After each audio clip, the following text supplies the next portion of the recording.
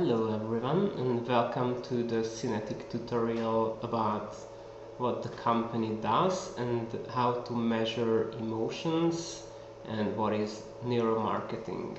In this last part we are going to talk about neuromarketing in the world, and we are going to discuss three main topics. The first one is going to be the academic view on neuromarketing. The second will be the general critiques towards neuromarketing, and the third is the competitors of Synetiq in the neuromarketing research field.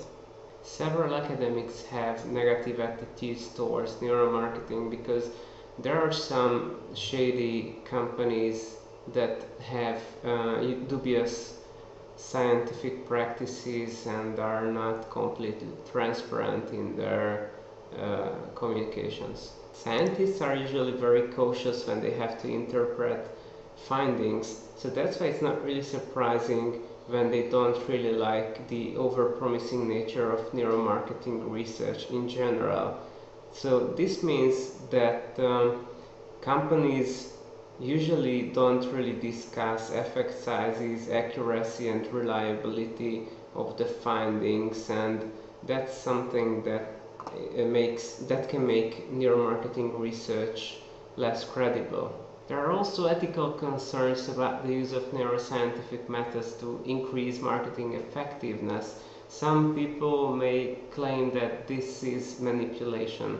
However, my opinion is that this is not specific to neuromarketing, as all marketing operation aims to increase marketing effectiveness through ads and so on.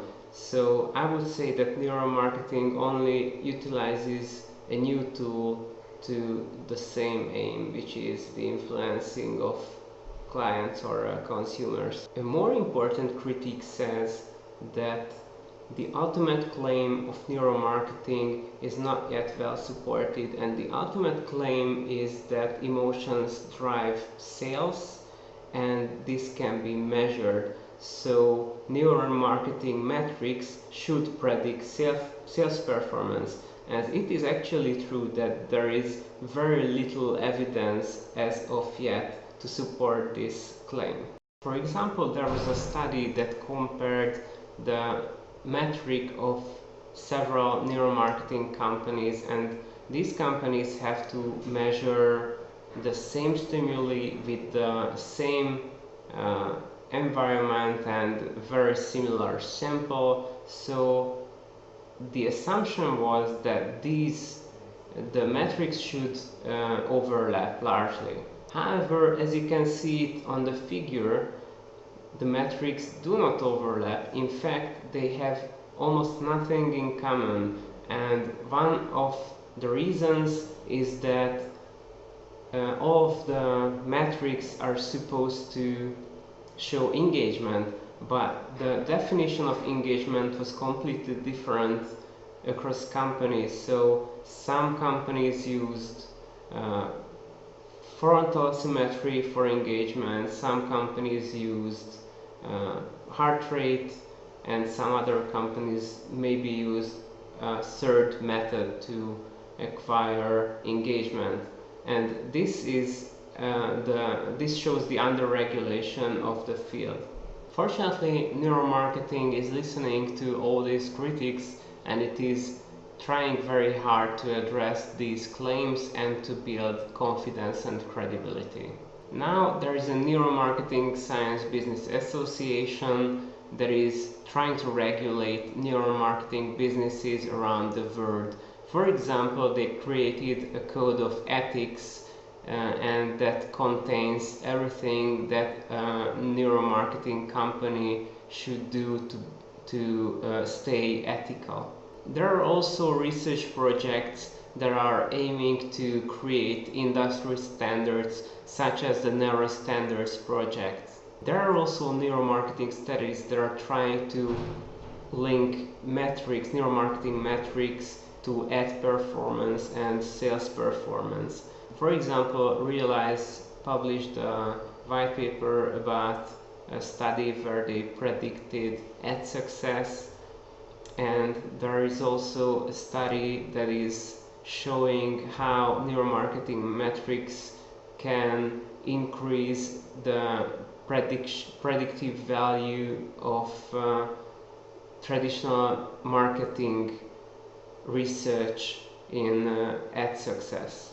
To keep Synetiq an ethical neuromarketing company, it is quite important to observe the main ethical rules, and I'm going to talk about this in the following slide. First and foremost, participant rights and safety must always come as the highest priority.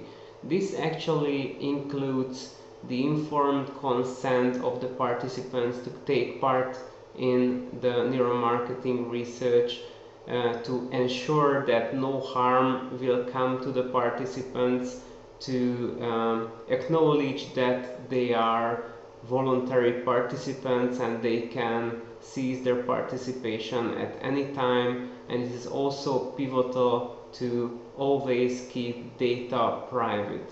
Researchers should always make sure to use the best available research practices and the highest standards of scientific research using the appropriate principles and tools. Researchers should never deceive participants or clients or exploit their lack of knowledge of neuroscience. The study procedure should be as transparent as possible for clients and participants. All communications of study results should be professional and unbiased by client expectations. So we should always state what is in the data, and conclusions must be based on scientific evidence. And finally, let me talk about some of our main competitors. As you can see, I created 4 groups based on the main methodologies used by different companies. You can see biometrics, automatic facial coding, implicit association testing, and eye tracking. And you can see the orange Synetiq in the intersection of biometrics and eye tracking, and we share this position with MindLab and Neurons. There is a purely biometric company which is called NeuroInsight. Walnut Unlimited and Neurom are doing both biometrics and eye tracking, and on top of that they also do implicit association testing. The purely automatic facial coding companies are Affective and Realize.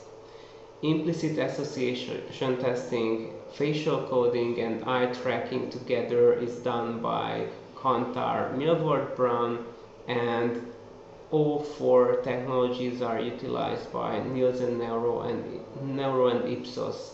Actually, this is only a small set of competitors, but maybe the most relevant ones, and you can see a list of all the competitors that are at least registered at the Neuromarketing Science Business Association homepage in the link below. Finally, I would like to thank you for your attention, and I hope you managed to learn something, and I also hope that you are going to enjoy working in this company as I did when I was working here. Goodbye.